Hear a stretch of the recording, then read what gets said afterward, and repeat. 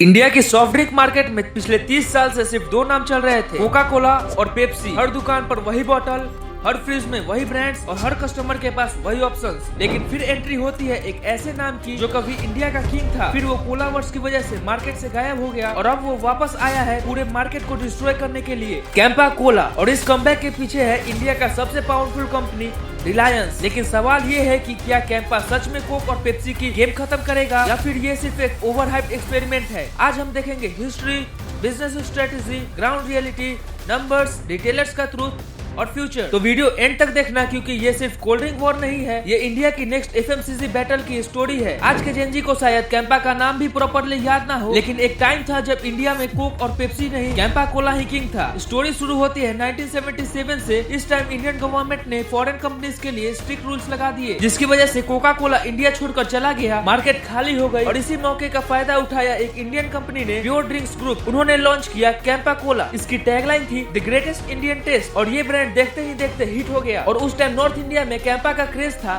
शादी हो, फंक्शन हो या समर हो, हर जगह कैंपा बोतल ही मिलती थी। फिर आया Campa orange and Campa lemon, जो एक देसी इमोशनल ब्रांड बन गया। लेकिन प्रॉब्लम क्या थी? कंपनी कंफर्टेबल हो गई, इनोवेशन स्लो हो गया, डिस्ट्रीब्यूशन वीक था, और फिर इंडिया भी बदलने लगा। 1970s के एंड तक इंडिया एक क्लोज्ड इकोनॉमी जैसा था। फॉरेन कंपनीज के लिए इंडिया में बिजनेस करना बहुत ही मुश्किल था। गवर्नमेंट का फोकस था सेल्फ रिलायंस, लोकल मैन्युफैक्चरिंग और फॉरेन कंट्रोल को लिमिट करना। इसी वजह से कोका कोला को इंडिया छोड़ना पड़ा था। लेकिन 1980s के एंड और 1990s के स्टार्ट तक इंडिया की इकोनॉमी प्रेशर में आने लगी। ग्रोथ स्लो थी, इंपोर्ट्स ज्यादा थे, फॉरेन एक्सचेंज रिजर्व्स कम हो रहे थे, गवर्नमेंट को पैसा और इन्वेस्टमेंट चाहिए था, और इंडियन कंज्यूमर्स भी अब बेटर प्रोडक्ट डिमांड कर रहे थे। यानी कि अब पुराना मॉडल वीक पड़ने लगा था। लेकिन फिर आया 1991 का economic liberalisation. India financial crisis face कर रहा था, फॉरेन रिजर्व्स लो थे, और इकोनॉमी को ग्रो करने के लिए गवर्नमेंट ने नए रिफॉर्म्स लाए। इन रिफॉर्म्स को commonly liberalisation, privatisation, globalisation, LPG reforms बोला गया। और इसका इम्पैक्ट ये हुआ कि फॉरेन कंपनीज की इंडिया में एंट्री इजियर हो गई, ओनरशिप रूल्स रिलैक्स हुआ, इंपोर्ट्स बैरियर कम हुए, प्राइवेट सेक्टर को बूस्ट मिला, और इंडियन मार्केट दुनिया के लिए ओपन होने लगे। यही टर्निंग पॉइंट था, जिसकी वजह से पेप्सी ने स्मार्टली इंडियन मार्केट में पहले ही ज्वाइंट वेंचर मॉडल से एंट्री कर ली थी और यूथ फोकस ब्रांडिंग शुरू कर दी। क्रिकेट स्टार्स और बॉलीवुड कूल इमेज जैसे एड से पेप्सी ने यंग जनरेशन को टारगेट किया। वहीं 1993 में कोका कोला भी ऑफिशियली इंडिया में वापस आ गया, और इस बार कंपनी ने सिर्फ एंट्री नहीं ली बल्कि डायरेक्ट अटैक किया। उन्होंने Indian soft drink giant Parle's beverage brands को एक्वायर कर लिया। Thums Up, Limca, Gold Spot और सिट्रा, यानी कोक ने एक ही मूव में रेडीमेड डिस्ट्रीब्यूशन ले लिया, फेमस लोकल ब्रांड्स ले लिए और मार्केट शेयर भी ले ली। और कैंपा और दूसरे इंडियन ब्रांड्स के पास ना इतना पैसा था, ना एड बजट, ना सेलिब्रिटी पावर, और ना ही डिस्ट्रीब्यूशन स्ट्रेंथ, जिसकी वजह से यूथ कोक और पेप्सी की तरफ शिफ्ट होने लगे। रिटेल सेल्स पर ग्लोबल ब्रांड डोमिनेट करने लगा और इंडियन ब्रांड्स आउटडेटेड लगने लगे। और इन सब में कैंपा फंस गया, क्योंकि मार्केट में सिर्फ प्रोडक्ट नहीं बिकता, brand image plus shelf space plus ads plus availability बिकती है। यहाँ पेप्सी कूल बन गया, कोक एस्पिरेशनल बन गया और कैंपा ओल्ड फैशन लगने लगा, जिसकी वजह से कैंपा की सेल्स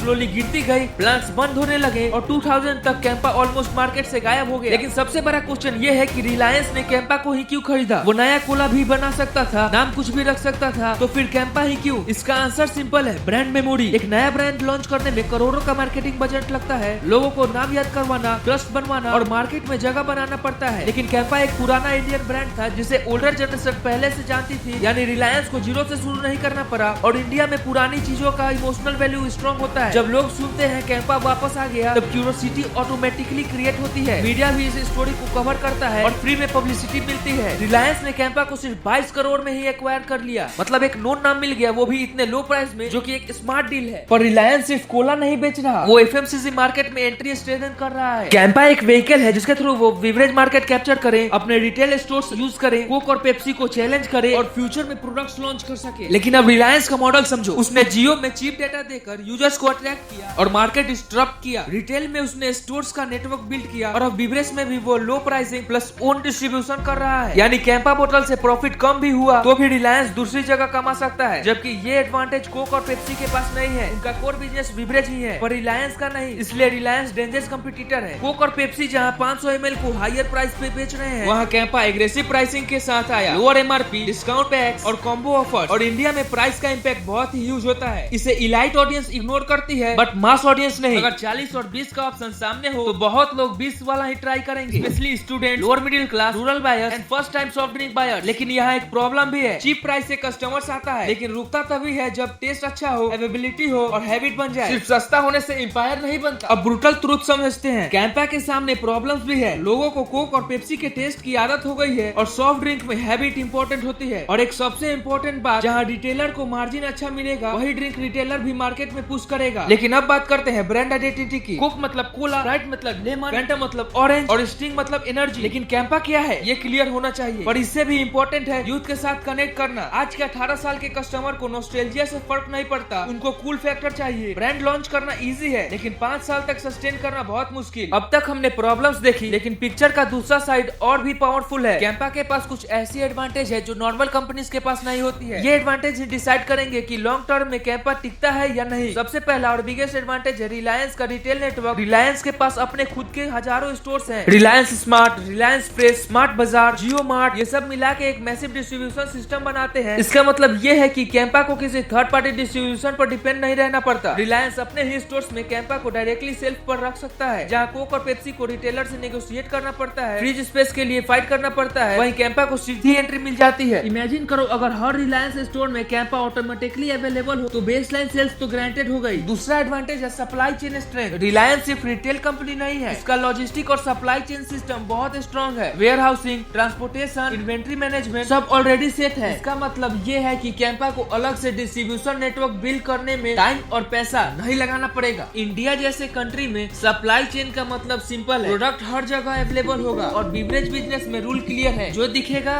वही बिकेगा। रिलायंस के पास सिर्फ स्टोर नहीं पूरा इकोसिस्टम है। वो कैंपा को कॉम्बोज, ऑफर्स, इन स्टोर विजिबिलिटी और ऑनलाइन प्लेटफॉर्म के थ्रू पुश कर सकता है। यानी कस्टमर्स को कैंपा बार बार दिखेगा और जितनी बार दिखेगा उतने चांसेस बढ़ेंगे कि वो ट्राई करे। कैंपा के लिए यहाँ एक सबसे बड़ा वेपन ये है कि छोटी कंपनी 1-2 साल लॉस नहीं झेल सकती और रिलायंस 5 साल भी झेल सकता है, जैसे जियो के साथ हुआ। पहले मार्केट कैप्चर, बाद में प्रॉफिट। सच बोलूं तो अभी मार्केट किंग कोक और पेप्सी ही है। उनके पास massive brand loyalty, global R&D, marketing budget, decades का ट्रस्ट और डिस्ट्रीब्यूशन मसल्स है। लेकिन पहली बार उनको एक ऐसा राइवल मिला है जिसके पास पैसा भी है, नेटवर्क भी है और पेशेंस भी है। ये एक डेंजरस कॉम्बिनेशन है। तो क्या कैंपा कोक और पेप्सी को हरा देगा? अभी नहीं, लेकिन वो मार्केट को डिस्टर्ब जरूर कर रहा है और Campa long term top 3 players भी बन सकता है। लेकिन रिलायंस का असली टारगेट सिर्फ कोल्ड ड्रिंक्स नहीं है, उनका टारगेट है इंडिया का नेक्स्ट FMCG एम्पायर बनना। और यहाँ कैंपा सिर्फ एंट्री गेट है। आज मार्केट छोटी लग रही है और कल मार्केट बड़ा बदल सकता है। आपके हिसाब से फ्यूचर किसका है, कैंपा,